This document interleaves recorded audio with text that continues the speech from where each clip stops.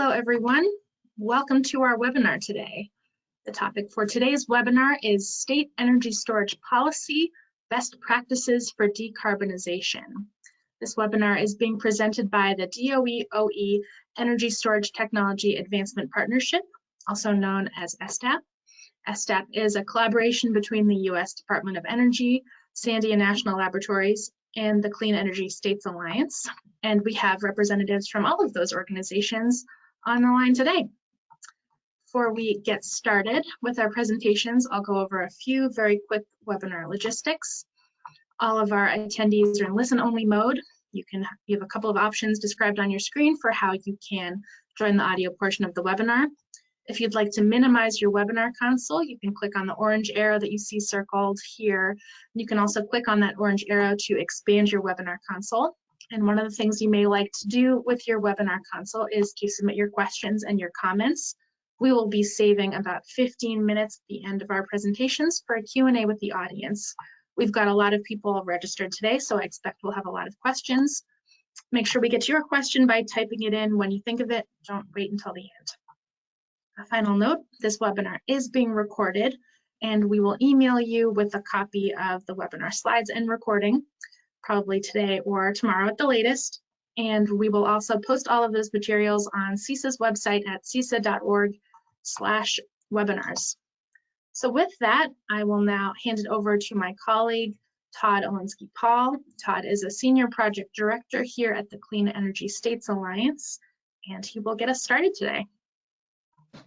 Great, thank you, Samantha. Welcome everybody to the webinar. If you've joined us previously, you may already be familiar with CESA and the ESTAP program, but I'm going to do a brief intro for those of you who aren't.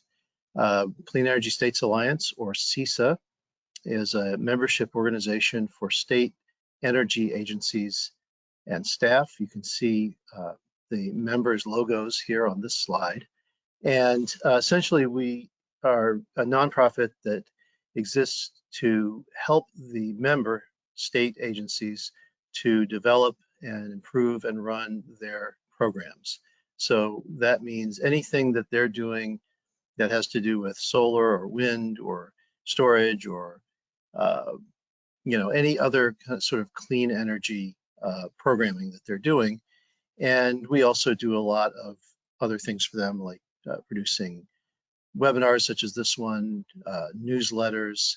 We convene conferences, we bring in expert speakers, and we generally help them to keep up to date and improve their programs. Next slide, please. So in addition to all that, we have specific programs and projects that we conduct under specific funding. And this webinar is one of an ongoing series under the ESTAP program. As Samantha mentioned, it stands for Energy Storage Technology Advancement Partnership. And this is funded by U.S. DOE Office of Electricity. Dr. Gyuk, who's going to give us some opening remarks in a moment, funds the program through Sandia National Laboratories, and we contract with Sandia to run this program. Among other things, we facilitate partnerships between DOE, the National Lab, and states, utilities, municipalities, and other partners to design, deploy, and collect data from demonstration energy storage projects. And these are projects that are located all over the map. They are just demonstrate some innovation, either in technology or business model or applications or economics for energy storage. We also do lots of these webinars. We present at conferences. We do whatever we can to get good information out there. We write case studies. And we also support state energy storage policy. And this brings us to today's webinar because this is a policy webinar. It's presenting information from a report that we just put out jointly with Sandia on state energy storage policy best practices for decarbonization. And so we'll get to that in a moment. If you could advance the slide, please. I'm going to first say a big thank you to Dr. Gyuk from DOE Office of Electricity and Waylon Clark, the Energy Storage Program Demonstration Lead from Sandia National Laboratories, for making it possible for us to do this. Next slide. So this is the report I mentioned. It's available at our website and on Sandia's website. You can download it, it's free. And so what you're about to hear are highlights and takeaways from this report. I do encourage you to go look at it if it's of interest. Next slide, please. Well, this brings us to our speakers, of which I am one. So I'm going to introduce them in order. We will first hear from Dr. Gyuk from DOE Office of Electricity. Then Will McNamara, who is a policy analyst for Sandia National Laboratories, will present results from our survey of states, which is a big part of this report. Then I will present some results from our surveys of industry, and also from some deep dives we took, and we interviewed state energy officials, and we wrote several case studies in which we sort of take a deep dive into specific challenges and barriers that are being confronted by each of these 5 states that we selected for these case studies. So I'll get into that a little bit. And then Gabe Epstein, our project associate from CESA, will conduct the question and moderate the discussion session because I will not be doing that and also trying to answer questions at the same time.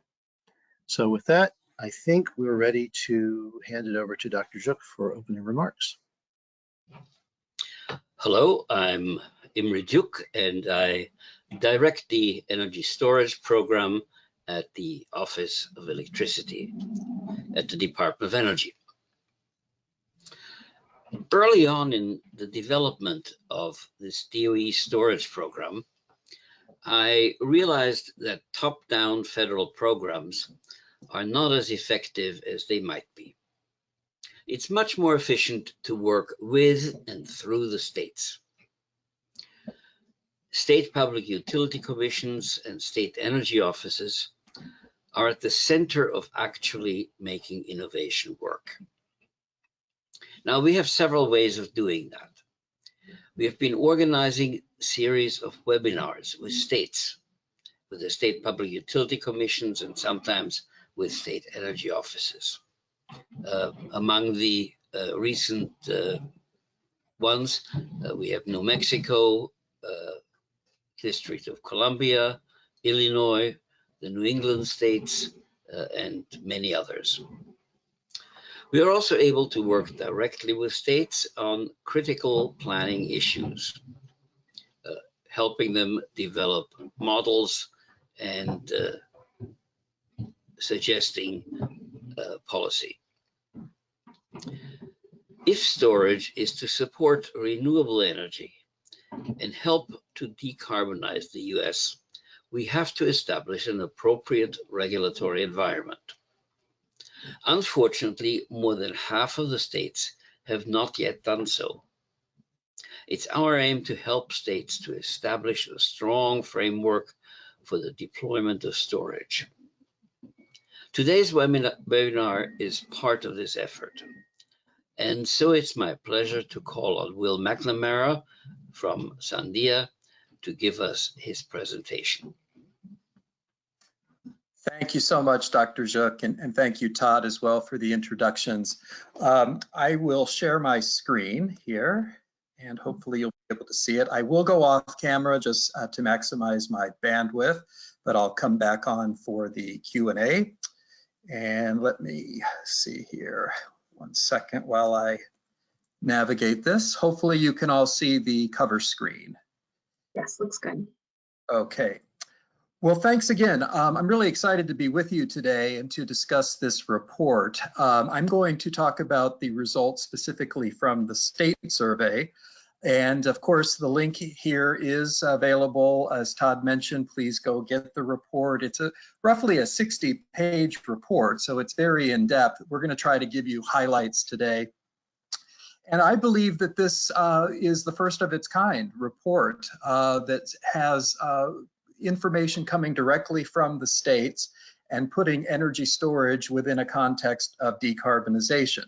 So our intent with this survey is to identify the best practices, identify barriers to energy storage, and really underscore what we believe is an urgent need to expand state policy frameworks to support decarbonization and therefore energy storage. Now, for context, the survey included 15 questions pertaining to decarbonization and energy storage policies at the state level. And responses came from state utility commissions, state energy offices, and governor's offices. We heard from 22 states, plus the District of Columbia, or excuse me, we had 22 responses from 14 states, plus the District of Columbia. You can see the states that we heard from there on the screen.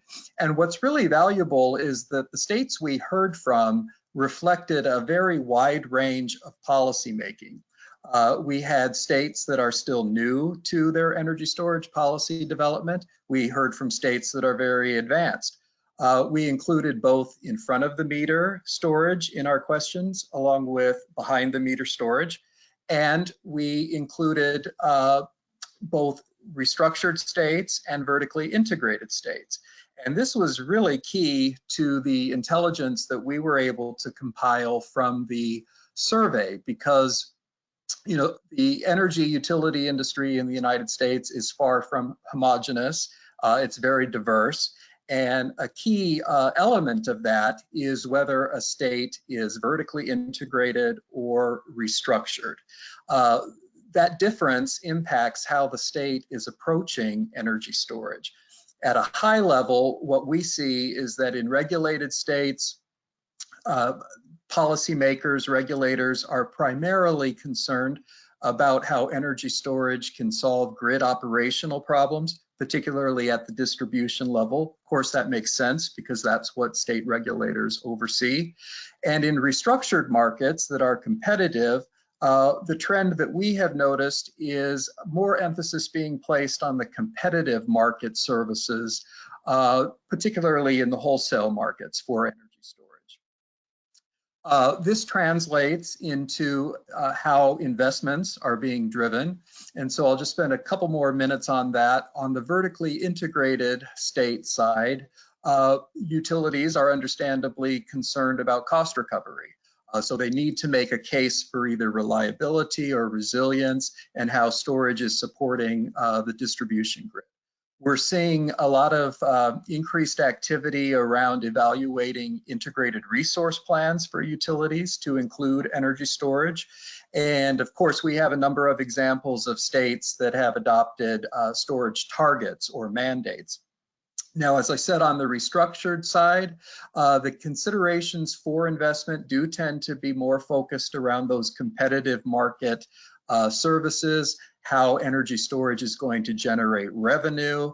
And when we see in restructured markets a prohibition on utility ownership of energy storage, that's where we see the opportunities for third parties to really come in and get a play in the marketplace. But within this diversity of states, we did find a number of commonalities. The states that are developing energy storage policy all seem to be creating what we call enabling policies. And enabling policies tend to have three core objectives. One is to enable energy storage to access the distribution grid and retail markets. Secondly, to enable energy storage to compete against what would be more traditional resources in utility planning and procurement. And third, to enable appropriate valuation and compensation for specific storage technologies. Now, once we got all of the data back from the survey, we started to witness immediately that there is a trajectory of policymaking maturity. Some states are just beginning their process. Other states are very advanced. And it's really important to have that in mind as you look at best practices and where a particular state might be. We discussed this in the report, but at a high level, you'll see from 1 to 4 being that trajectory, which makes some key distinctions across states. Now, the states that we heard from, we conducted analysis on our part based on the number and the quality of policy levers that the states have adopted. And although it was somewhat subjective, it was based on real world data and input directly from the states that we were able to place a policy making maturity level on all of the states that responded to our survey. So you'll see that sort of informal ranking here, along with the status of the state in terms of being vertically integrated or restructured. Now, as we started to pick this apart and really look at the various responses, we started to see that policymakers are approaching energy storage with an aim to maximize the benefits of energy storage while reducing uncertainty and risk. And in order to do this, it seems as if a number of priority applications are taking center stage or the forefront. Those that we identified through the survey are supporting electric reliability and resilience on the distribution grid, cost control through a variety of mechanisms, electrification, avoiding costly T&D upgrades, increasing the flexibility of end use loads, and reducing peak demand. Also, we saw a lot of emphasis being placed on pairing storage with solar, getting that interconnected to the grid. We saw a strong interest around the multiple applications that can be developed and achieved through energy storage. And this is being done through demonstration projects and other programs. We also heard frequently that there's a need to explore location-specific benefits of energy storage. So figuring out on the distribution grid where energy storage could be placed and the different value propositions that it has based on location. And then lastly, what we saw is that there's a strong interest in price signals, performance payments. This also leads into retail rate design, all to enable energy storage to have a greater role. Now, in our questions for the survey, we framed a couple of questions to get at how states are approaching the distinction between behind the meter storage and in front of the meter storage, and how they are thinking about duration expectations, so long duration energy storage. And we found some really interesting findings. At present, what we heard from states is that behind the meter storage is being primarily installed for energy resilience, while in front of the meter storage is more often linked with the broader decarbonization goals. States cited that they would ideally like to achieve a mix of both front of the meter and behind the meter energy storage. There's a perception that in front of the meter storage is cheaper than behind the meter storage. There's also a perception that behind the meter storage is presently not able to provide grid benefits in multiple places, because this requires mechanisms to achieve both the utility dispatch signals and a structure to compensate for multiple services. Now, we are starting to see some states engage behind the meter storage in their policy, specifically looking to how aggregated behind the meter storage can provide grid services, but that's still the exception. Most states have not developed strong policies as of yet. Now, on the issue of duration, it's very clear that long duration energy storage still does not have a universal definition across states. States are approaching it in different ways. California and New York have developed long duration storage policies, but they are the exception. It seems to be fairly clear that there is not going to be a real strong commercially viable marketplace for energy, long duration energy storage before 2030. And this is directly tied into the federal subsidies that were adopted late last year in the Inflation Reduction Act.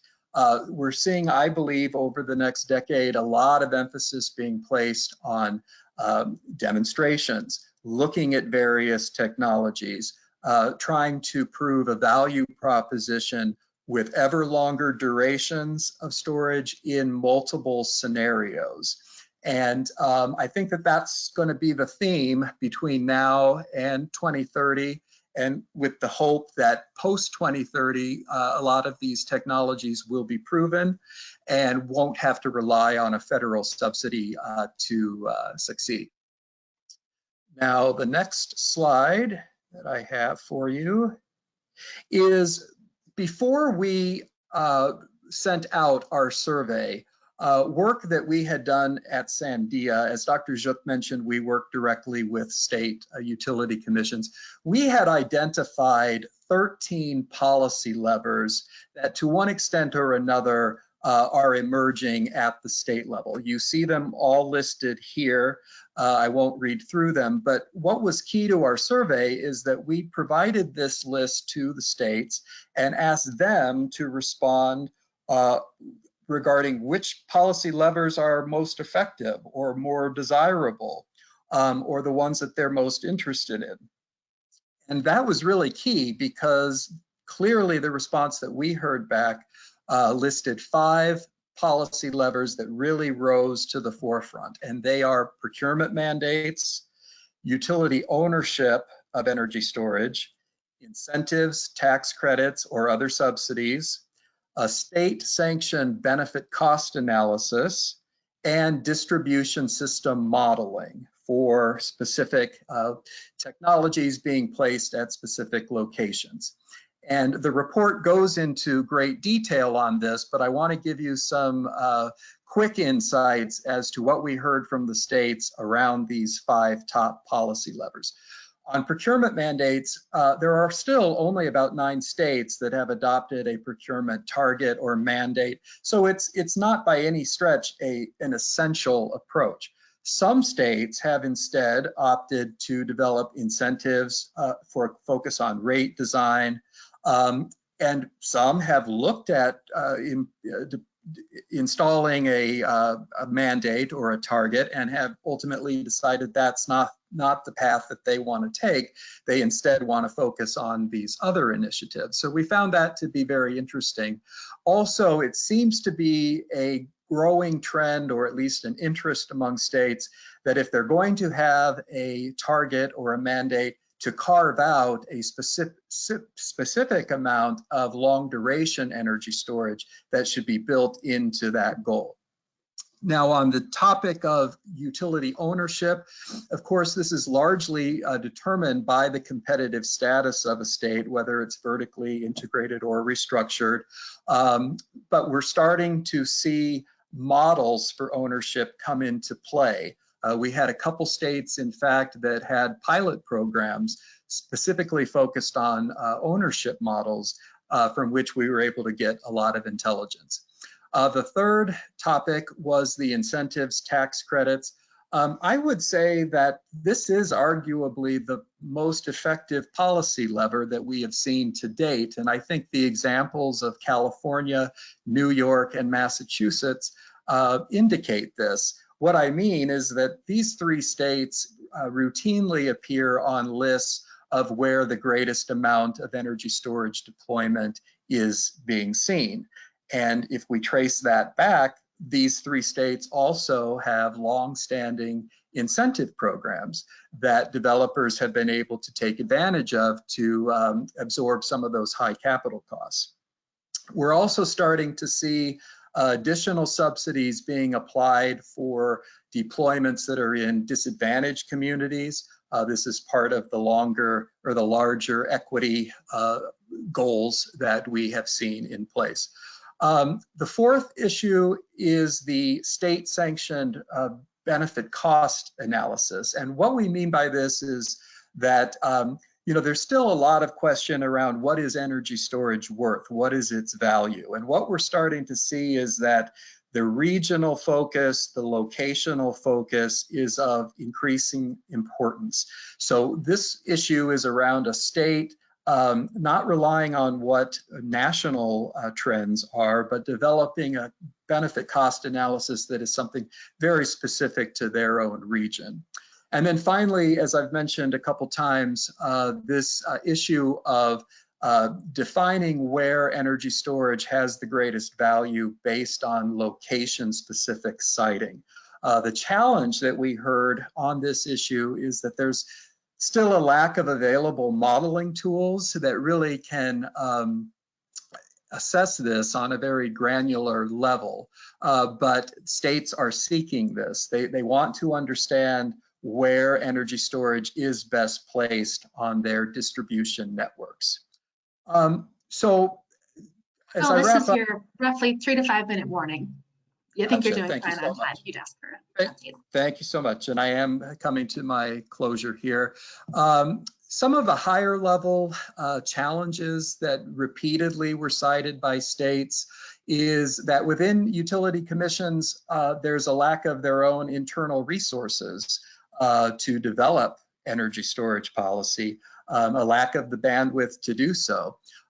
There are challenges regarding pairing renewable generation with storage, getting a good handle around the tracking of that, the accounting of it. I've already mentioned ownership has continued to be a really important challenge to figure out who really should own energy storage assets. There's uncertainty around where to site large-scale energy storage project, those utility-scale projects. The other ones I'll just touch on quickly. Limitations around hosting capacity is a concern that we heard.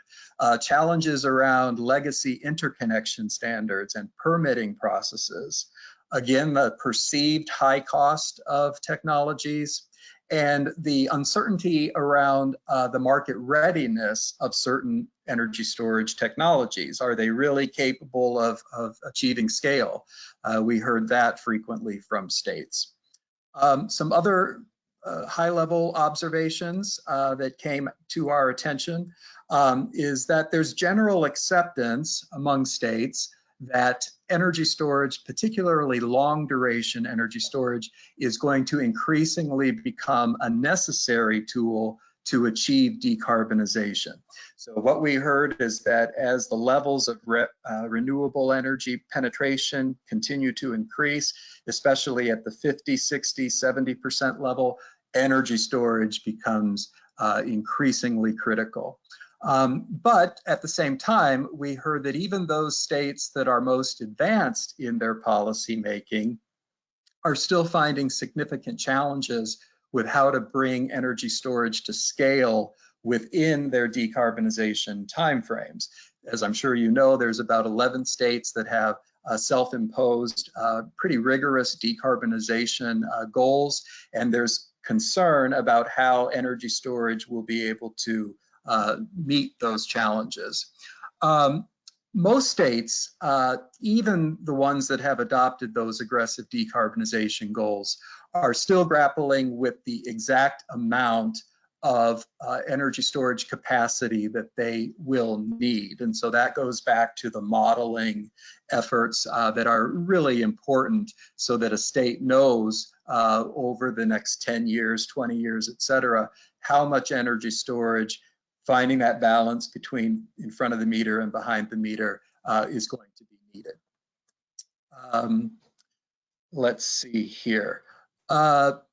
Interestingly, and Dr. Gyuk touched on this, that we still have, half of the states that are not developing a strong energy storage policy framework at this time. And so it begs the question of why. What we heard speaks to a lack of clarity around which use cases or applications that storage is best suited to serve in decarbonization efforts. A belief based on modeling that has been done that storage may become more important later in the decarbonization process. So again, in that 2030, 2040 timeframe.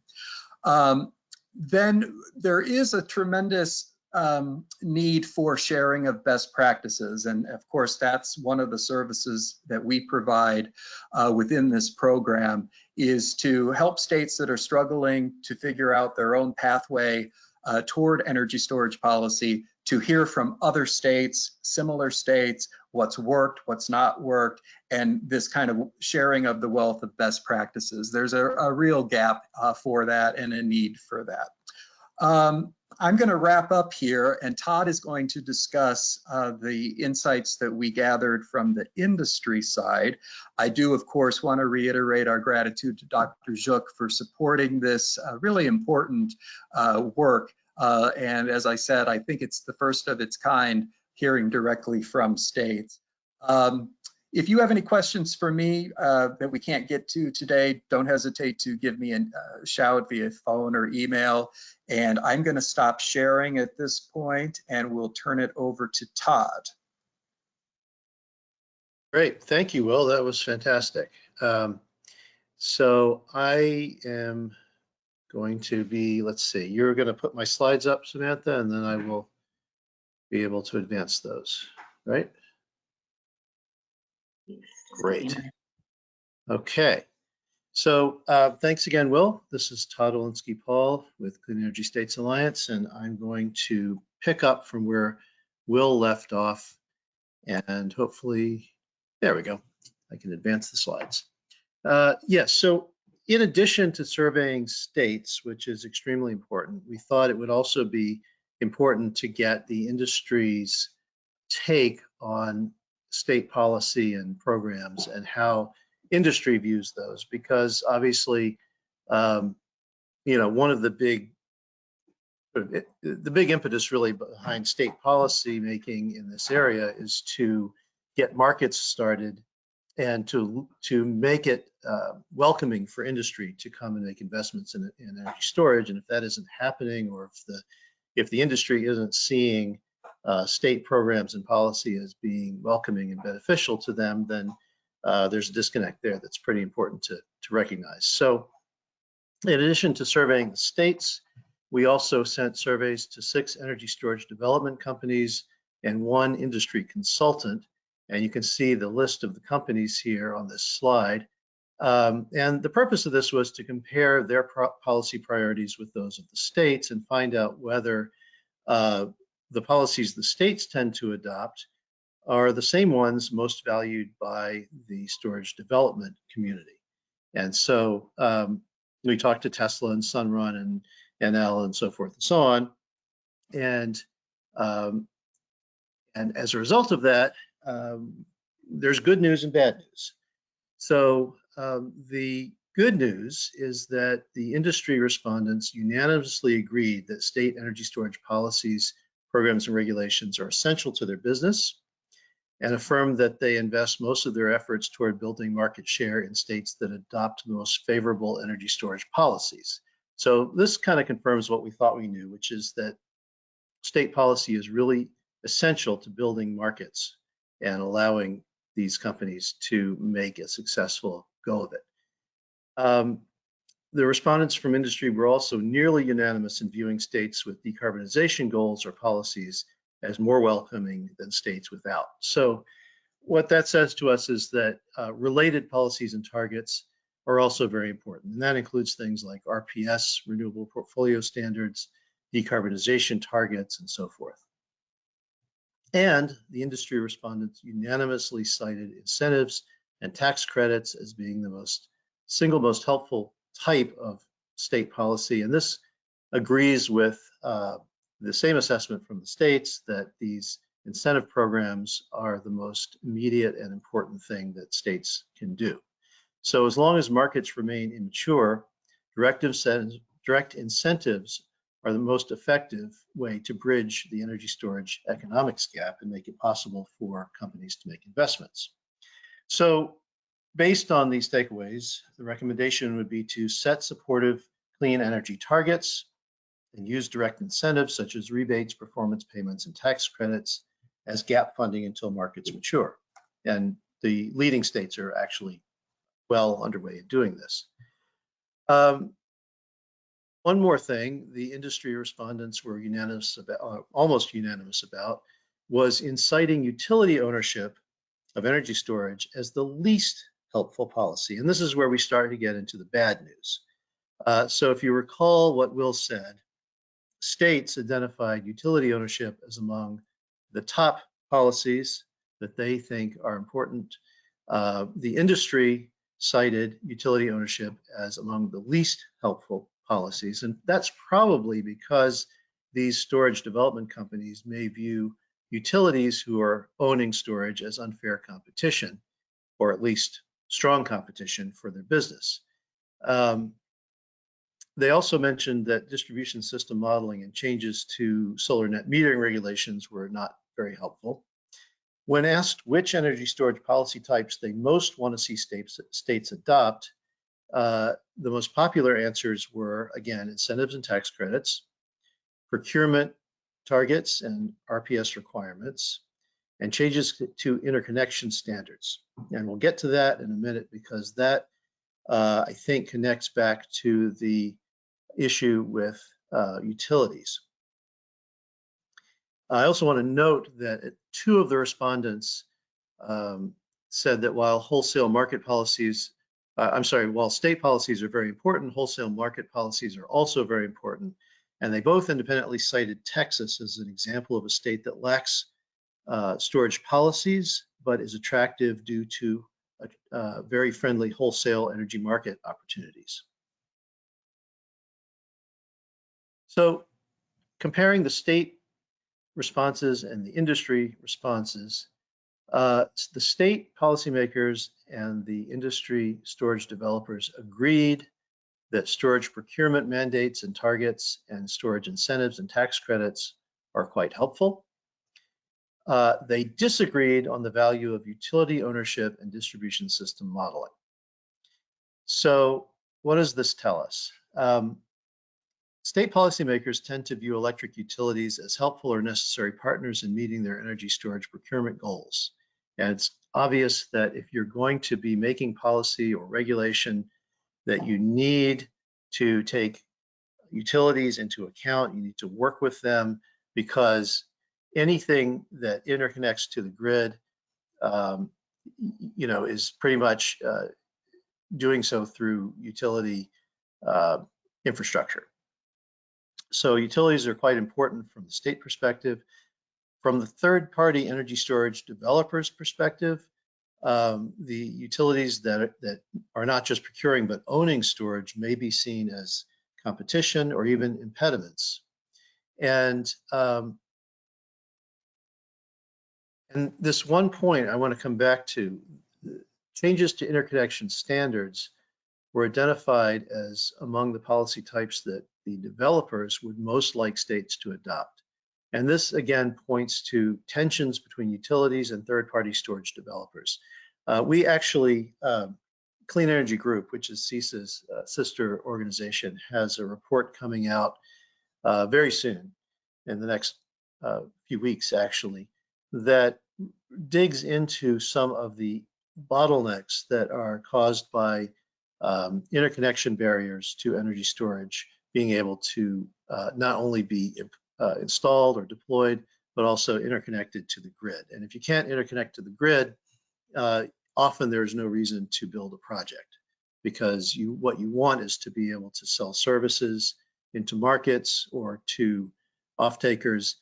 You want to be able to charge and discharge from the grid, generally speaking, unless there's an outage or you're a microgrid or something like that. And so this really points to a recommendation that state policymakers and regulators should take a hard look at the points of friction between electric utilities and third-party storage developers. And this includes utility ownership of storage, utility distribution system modeling, and interconnection standards. These friction points can frustrate even the best designed energy storage policies and programs. So if you have a fantastic policy with great incentives and great targets, but nobody can interconnect, or you're having problems with utilities being seen as competition to the third-party developers, then that's going to potentially derail your program. In addition to this industry survey, we also, as I mentioned before, we selected 5 key states and we did interviews to do a deep dive into what those states are encountering in terms of challenges and barriers to energy storage policy development. And so we've identified a number of common barriers from these state interviews, and I'll go through this list fairly quickly because I want to leave time for questions and comments. But these include grid interconnection barriers, as I've just mentioned, questions about equity in storage program development. How do you equitably develop an energy storage incentive program? Uncertainties about storage valuation, especially when it comes to non-energy and non-monetizable benefits. So how do you value storage if you're not sure what resilience is really worth in dollars? Difficulties in harnessing storage to meet state energy and environmental goals, especially distributed storage, and Will mentioned this as well. You have all these great distributed solar and storage systems out there behind meters. How do you aggregate those? How do you send them a signal? How do you pay those individual distributed system owners in order to get them to be able to contribute to meeting your policy goals, whether that's decarbonization or something else? Other things that were cited here as barriers, knowledge barriers with regard to future energy needs and storage capabilities, uncertain or divided regulatory authority. In other words, where does storage fit? It doesn't quite fit in with generation. It doesn't quite fit in with load. How do you regulate it? Who's got the authority? Insufficiently developed markets, which obviously leads to the need for things like incentive programs. Questions about who should pay for storage investments and how to allocate costs equitably, if especially in the case where utilities, for example, are making energy storage investments, perceived high costs for energy storage, and uncertainties about how to bring storage to scale, especially with regard to longer duration grid services. So we've got the technology, we know it works. How do we scale it up fast? And how do we extend its duration quickly? Because we are at some point, not anytime soon, but at some point, the short duration services like frequency regulation are going to be adequately supplied. And then you have to look at longer duration services, and you need storage that can economically provide those services. So if you're going to take a look at the report, I really encourage you to take a look at the case studies as well as the general survey results. I think they're quite illuminating. There's a lot of in-depth discussion in there. Unfortunately, I didn't have time to go through all of that today, but you can download the report and go through it yourself. And I think that concludes my remarks, and thank you very much. I will now turn it over to Gabe, who is going to moderate the discussion and questions. Thanks, Todd. We have a few questions here in the chat. The first is there a similar instrument to renewable energy credits for energy storage? And if so, how can that be measured, and who would do that tracking and verification to issue those credits? I am personally not aware of any state system along those lines. I mean, we are seeing discussions around updating what have been long-standing renewable portfolio standards at the state level to carve out a specific amount of energy storage. But in terms of something equivalent to a renewable energy credit program, I am not aware. Todd, are you? Well, no, not specifically for storage. Storage is eligible in some state RPSs. And for example, here in Vermont, storage is eligible for the tier 3 of the renewable energy standard, which has to do with trying to encourage fuel switching, encouraging customers to get off of fossil fuels. And so storage utilities can, storage is eligible in there. So utilities need to meet their requirements under the tier 3 of the RES. They can use storage among other technologies, but I don't know of any specific storage RECs in the same sense that there are SRECs for solar in some states, for example. I don't know of any storage RECs. One thing I would point to, though, is Massachusetts has a clean peak energy standard, which is the first in the nation. It's essentially like an RPS, but it's targeted specifically at peak demand periods. And storage is really an essential part of that, because you can't reliably target solar or wind to meet peak demand if you don't have storage. So that's kind of as close as we've come so far, I think, to a storage REC. Great. Another question. Is there any trend, or is anybody currently using existing power generation infrastructure from conventional fossil fuels to kind of turn that into energy storage hubs? Well, yes, I would say it's a trend, because specifically part of the Inflation Reduction Act with the ITC that is now extended to standalone storage, there's the opportunity to attain bonus credits for various things. And one of those things is developing energy storage in what have been either previously or currently fossil fuel installations. So when we look at a state like Texas, for instance, that has a large number of fossil fuel plants that are going to be retired or being phased out, that creates a great opportunity for storage development and to add on those additional bonuses. So I think it's the start of a trend for sure.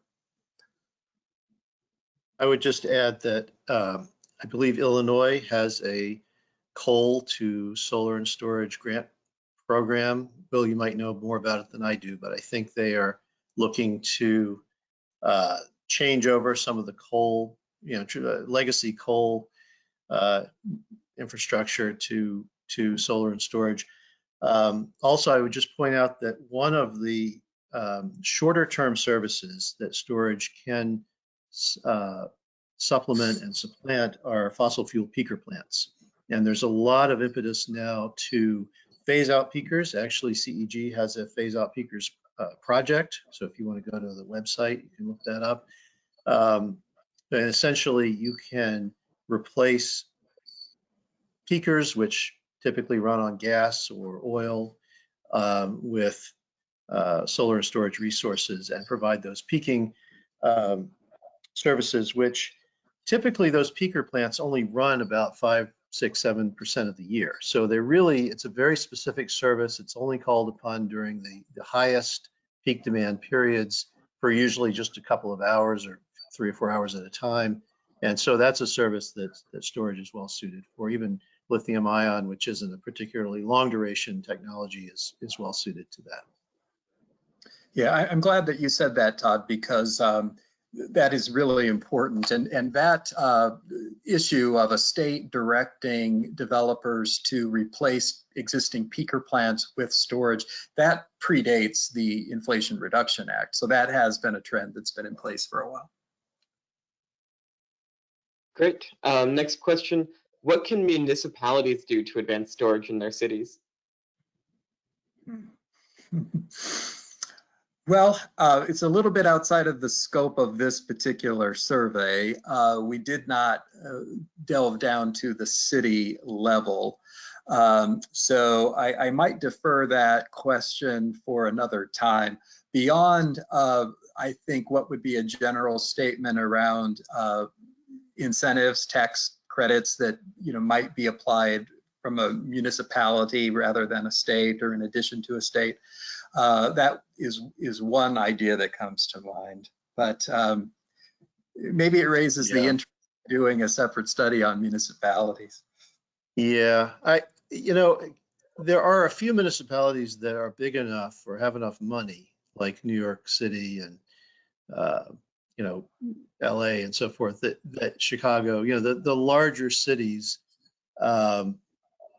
could do something, and some occasionally have. But aside from declaring their own decarbonization goals and decarbonizing city, fleets and so forth, which many of them have done, the main thing that I think would be useful would be to reduce barriers to deployment. There are a lot of siting and permitting barriers to energy storage deployment in buildings in cities, and it has to do with fire codes and building codes and electrical codes and so forth. And because storage is a new technology, anything new that comes along, everybody is being fairly conservative typically and trying to be careful, which makes sense. But it's past time. We need to, we have now national fire codes pertaining to energy storage. We need to get fire departments trained and building inspectors trained, and so everybody knows and understands, how to do this properly, how to reduce risk, and how to make codes that are sensible and that don't preclude any kind of development. So I would say that is something a municipality could do. If I could mention real quickly too, think of a municipality like SMUD, Sacramento Municipal Utility District. They were one of the first utilities to establish a default time of use rate. And so if we think conceptually around how time of use rates incentivize behind the meter storage adoption, that is really key too. So I think that's important to note.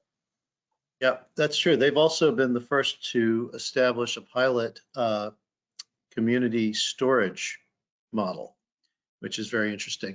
Yeah, I'm glad you brought up municipal utilities, because any municipality that has its own municipal utility obviously has lots of options, and we've worked with numbers of municipal utilities who have successfully installed storage to do all kinds of wonderful things to help them serve their customer base.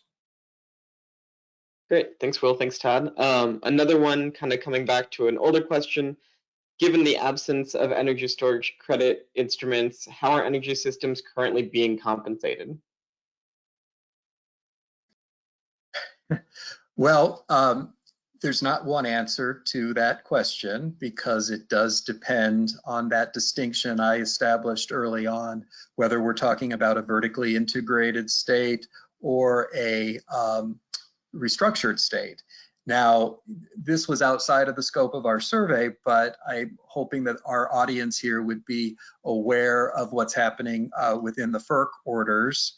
FERC Order 841, FERC Order 2222, which speaks directly to how energy storage is going to be valued within wholesale transactions.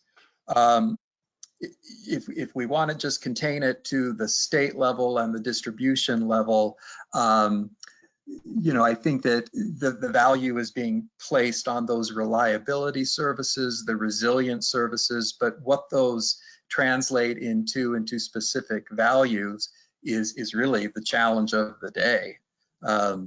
That's what I would say to that question. Todd, what do you think? Yeah,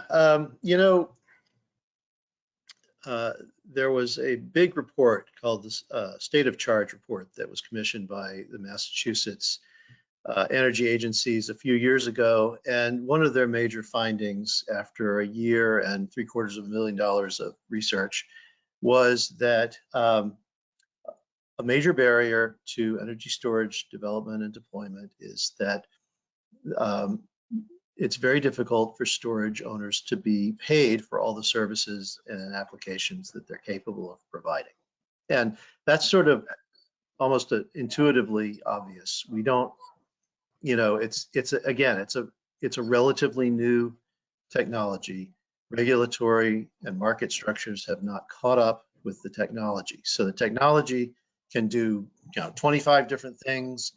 Maybe you can get paid for 4 or 5 of those things if you're lucky. And maybe, there's a few other things you might do because they generate non-monetary benefits to you. But then there's a whole set of stuff that you could do if you could only find a market or a way to contract for those services, but you can't. So that is an existential problem for energy storage right now, is how do we evolve market structures such that the storage owner or the storage operator can get paid fairly for all the services they're capable of providing, and not just 3 or 4 services out of a whole stack. And when I say stack, when you look at economic analysis that storage developers do before they commit to building or installing storage, one of the things that they do typically is they create a stack of revenue and cost saving services that they think they will be able to provide that is going to provide a payback for their investment. And if the stack is literally, if you visualize it as a vertical stack of services, so you might say, well, we're going to provide, we're going to enroll in the local demand response program. So that's one item in your stack.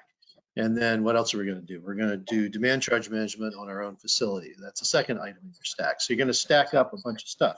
If that stack is not as high as the cost of installing and running and providing maintenance and so forth to your system, then you're not going to make that investment. And it's important to know, though, that in that stack, there are things that you can't get paid for necessarily, like resilience. So if you're going to be able to withstand a grid outage and still operate because your system is going to island and you're going to self-power through that outage, you're not going to get paid for that, but that has a value. And if you calculate that value and that's in your stack, then that's in your stack. But again, there are many services that are not currently monetizable, and that is a big problem. Yeah, and I would just say really quickly that I think that we're in a fascinating period of time now between now and the end of the decade. As I mentioned earlier, with the federal funding, we're going to see technology developers really try to create their own value propositions. And we're seeing tremendous innovations across all different kinds of storage: thermal storage, electrochemical storage, et cetera, battery storage. So, it's going to be interesting to see over the next 7 years which technologies really start to stand out and create their own market niche. Great. So it looks like we just have about a minute left. So why don't we switch to closing remarks? Will and Todd, given everything that you've learned through conducting the survey and writing the report, what's one takeaway that you think everyone in attendance today should take with them from the report? Well, I would underscore what Dr. Gyuk said at the onset, that the state activity is really critical to creating the pathway forward for energy storage. We still only have maybe around 12 states that have what I would call a robust energy storage policy framework. That means the majority do not, and there's a lot of work still to be done. So I encourage all of the state representatives here to take the learnings that we've provided in this report and see how they can translate it into their own policies. Yeah, I guess there's a lot of them, but I would say one would be If you are a state policymaker or regulator and you want to make a successful energy storage policy or program, you need to listen to the voices of industry and listen to the developers as well as the utilities, as well as the other stakeholders, because if your policy, if there's a disconnect between what you're trying to do and what they need you to do, then it's not going to work. Great. Thank you both. And with that, I'll turn it back over to Samantha Donalds to go over a few final updates before we close out. Was muted. Thank you so much, everyone. That was really great. You can find more information about SDAP on our website. The web address is on your screen. You can also go to that page or to CESA.org to find a link to the report that we highlighted in the webinar. And we do have an upcoming webinar that may be of interest to you. If you love hearing from people from the national labs and talking about energy modeling, I think the next webinar will be of interest to you, April 10th. And we can send some information about that webinar in the follow-up email that you'll receive. So again, thank you so much to our speakers. Thank you again to everyone who attended, and we hope to see you next time. Bye, everyone. Thank you. Thank Bye-bye. you all. Todd.